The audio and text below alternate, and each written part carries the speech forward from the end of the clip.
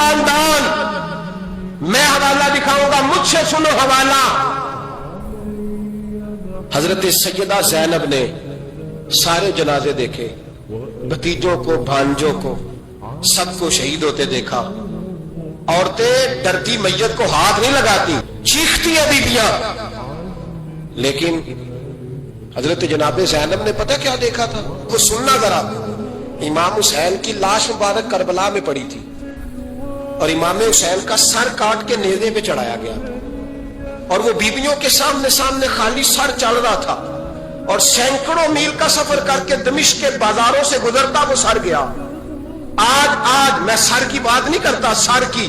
آپ مرد ہیں, جوان ہیں سارے, یہاں کسی کا کٹا ہوا ہاتھ پھینک دیا جائے نا, ہاتھ تو لوگ چیخے مار کے دوڑ جائیں گے. بلکہ ہاتھ تو دور رہا, کسی کی انگلی کاٹ کے یہاں پھینکی جائے تو لوگ چیخے مار کے مرد دوڑ جائیں گے.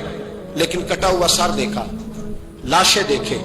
یزید کا دربار آیا, بی بی صاحبہ کو نا ایسے عورتوں نے اپنے حالے میں لیا ہے. سیدہ زینب وہاں بیٹھ گئیں. تو جب بولا نا یزید دربار میں, کہنے لگا کہ دیکھو اللہ نے عزت والوں کو عزت دی, معاذ اللہ ثم معاذ اللہ. اور میرے مخالفین کا کیا حشر ہوا جب اس نے دیکھے نا, ایک آدمی مجبور ہے, مقہور ہے, اتنا لمبا سفر ہے, غربت ہے, پیاس ہے, بیماری ہے, کیا انداز ہے جب اس عالم میں یزید کے دربار میں اس نے گستاخی کی امام حسین کی. یہاں لوگ کہتے ہیں کسی کو کچھ نہ کہو, کہ کیوں نہ کچھ کہیں. جو سیدنا امام حسین کے بارے میں بات کرے گا زبانیں کھینچیں گے اس کی, جو صحابہ کے بارے میں بات کرے گا ہم کرنے دیتے ہیں. یہ کیا بات ہوئی, گستاخی کرنا, بے ادبی کرنا, یہ کون سا دین ہے؟ یہ تو تم بے دینی پھیلا رہے ہو. سنو, جب اس نے بے ادبی کی تو سیدہ زینب چپ نہیں رہی, بلکہ حضرت زینب بولی اور کھڑی ہوئی, اور آپ نے تلاوت کی قرآن مجید کی, اور آیتیں پڑھی, کہنے لگی وَتُعِزُّ مَن تَشَاءُ وَتُذِلُّ مَن تَشَاءُ بِیَدِکَ الْخَیرُ. اور آپ فرمانے لگی یزید تو کہتا ہے تیرے مخالفین پسپا ہو گئے, تجھے عزت ملی. آپ فرمانے لگے یہ تیرا دربار ہے نا, یہ تیرا سجا ہوا ہے نا, تیرا اس وقت ڈنڈا چلتا ہے نا. فرمانے لگی چند سال ٹھہر جا, تیرے اوپر لوگ لعنتیں برسائیں گے. اور فرمایا جب جمعے پڑھے جائیں گے تو لوگ میرے حسین کے نام کے خطبے پڑھیں گے. فرمایا آج یہ تیرا دربار ہے نا. حضرت نعمان بن بشیر صحابی رسول تھے, وہ کہتے ہیں میرے قریب ایک نابینا صحابی بیٹھا تھا, سنو حوالہ میں دکھاؤں گا. کہنے لگے میرے قریب اس وقت یزید کے دربار میں ایک نابینا صحابی بیٹھے تھے. جب بی بی زینب نے یہ بات کی نا تو وہ نابینا صحابی میرا ہاتھ پکڑ کے کہنے لگے نعمان علی آ گئے, یہ تو علی کی آواز ہے, علی آ گئے. جبریل علی بول رہے ہو جیسے, حکمت کے گوہر رول رہے ہو جیسے. دربار دمشق میں وہ زینب کا خطاب منبر پہ علی بول رہے ہو جیسے. کہنے لگے علی آ گئے, علی, یہ تو علی کی آواز ہے. جناب نعمان بن بشیر کہنے لگے نہیں, علی جب بولتے تھے تو بڑا رنگ ہوتا تھا, ابھی تو زینب کھل کے بول ہی نہیں رہی, ابھی تو زینب ستائی ہوئی ہے, ابھی تو زینب زخم کھا کے آئی ہے, ابھی تو زینب پیاسی ہے. کاش زینب تر و تازہ ہوتی تو زینب خطبہ پڑھتی تو علی کی طرح گرجدار آواز نکلتی. یزید کے محل کانپتے, جبریل امین بول رہے ہوں جیسے, حکمت کے گوہر رول رہے ہوں جیسے. دربار دمشق میں بی بی زینب کا خطاب منبر پہ علی بول رہے ہوں جیسے. وہ مسکینوں کی طرح منتیں نہیں کر رہے تھے, ہائے پانی ان کا مزاج ہی نہیں تھا, بلکہ وہ دلیر لوگ تھے, دلیر, اور بر موقع بر محل بولتے تھے. یزید آیا دربار میں, جب یہ سارا قافلہ وہاں پہنچا تو یزید دربار میں آیا, اور جب وہ دربار میں آیا تو بادشاہوں کا طریقہ ہے, گاڑیاں, اب ہمارے بادشاہوں نے روٹر والی گاڑیاں رکھی ہوئی, وہ یوں چلتی ہیں, شور ہوتا ہے پیچھے. اس زمانے میں کہا جاتا تھا با دبا ملاحظہ ہوشیار, پیچھے ہٹ جاؤ, نعرے لگنے لگے. تو یزید کا ایک ناخلف بیٹا امام زین العابدین سے کہنے لگا تیرا باپ کہاں ہے, دیکھ یہ میرے باپ دادا کنارے, دیکھ میرے باپ کنارے, تیرے کدھر ہے. ابھی یہ بات شروع اس نے کی تھی کہ دمشق کی جامع مسجد میں زور کی اذان ہو گئی, اور جب مؤذن نے کہا نا اشہد ان محمد الرسول اللہ, تو تو امام زین العابدین اس کا ہاتھ پکڑ کے کہنے لگے یہ میرے نانا کے نعرے لگ رہے ہیں، اگر تیرا ہے تو بتا، یہ میرے نانا کے نعرے ہیں۔ اور فرمایا تیرے باپ کے 2-2.5 سال لگیں گے، میرے نانے کے قیامت کے بعد بھی لگیں گے، میرے نانے کے نعرے قیامت کے یہ لگتے رہیں گے، لگ رہے ہیں اور لگتے تھے اور لگتے رہیں گے۔ میرے بھائی یاد رکھو، دلیری، ہمت، پہلی بات ان سے پیار کرنا ہے، دوسرا ان کی ہمت، ان کا مقام دلیری کرنا ہے، ان کا کام ہمت کرنا ہے، ان کا کام ڈٹ جانا ہے، کمزوری دکھانا اہل بیت کا طریقہ ہوتی ہے۔ حضرت عباس کے بازوؤں میں درد ہوتی ہے، جناب زینب پھر پریشان ہوتی ہیں کہ ہم تو اس بے حیائی کے خلاف لڑے اور امت ابھی یہ گند کر رہی۔ جو چوکوں میں کھڑا ہوتا ہے نا عورتوں کو تاڑتا ہے، وہ یزید کے طریقے پہ عمل کرتا ہے۔ یہ دلائل ہے، آپ سوچ لیں، اندازہ کر لیں کہ ہم نے کس جماعت میں کھڑے ہونا ہے۔ اس لیے گند سارا نکالیں۔ امام حسین کا ایک پیغام آج اپنانا بڑا ضروری ہے۔ امام حسین نے سر سجدے میں کٹایا اور قرآن کی تلاوت نیزے کی نوک پہ بھی جاری رہی ہے۔ اس لیے آج کم از کم 10 نفل امام حسین کی سنت سمجھ کے ضرور پڑھیں گے انشاءاللہ۔ جنہوں نے روزہ رکھا ہے بڑا اچھا کیا ہے، چلو جو نہیں رکھ سکے پھر بھی نفلی ہے، کوئی فرض نہیں۔ کم از کم 3 دفعہ سورت یاسین کی تلاوت آج ضروری ہے امام حسین کے لیے، کریں گے انشاءاللہ تعالی۔ اگر وہ نیزے کی نوک پہ پڑھ سکتے ہیں تو آپ ان کی خاطر بھی تو پڑھ ہی سکتے ہیں نا۔ تو بہت ضروری کام آج نفل پڑھنا ہے اور بہت ضروری کام آج قرآن پاک کی تلاوت کرنا۔ پڑھیے لا الہ الا اللہ ہو، لا الہ الا اللہ۔ کسی نے